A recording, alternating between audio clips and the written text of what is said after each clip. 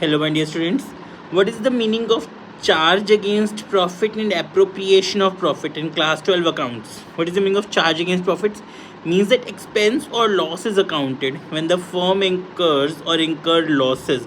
मतलब आपकी फर्म को चाहे लॉस हो या प्रॉफिट हो, चार्ज का मतलब ऐसा एक्सपेंस जो पे करना ही करना है.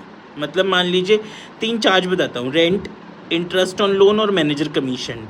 फर्म को चाहे प्रॉफिट हो चाहे लॉस हो, पे करना ही करना है charge. Rent, interest on loan और मैनेजर कमीशन.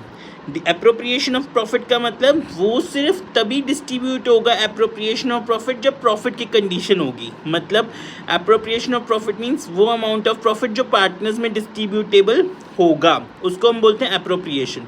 तो चार्ज अगेंस्ट प्रॉफिट मीन्स वो प्रॉफिट ये कह लीजिए उसके इंकर में चाहे फर्म को लॉस हो चाहे कुछ भी हो, प्रॉफिट हो, वो तो पे करना ही करना है. It's mandatory. Simple word. Charge is mandatory, appropriation is not mandatory.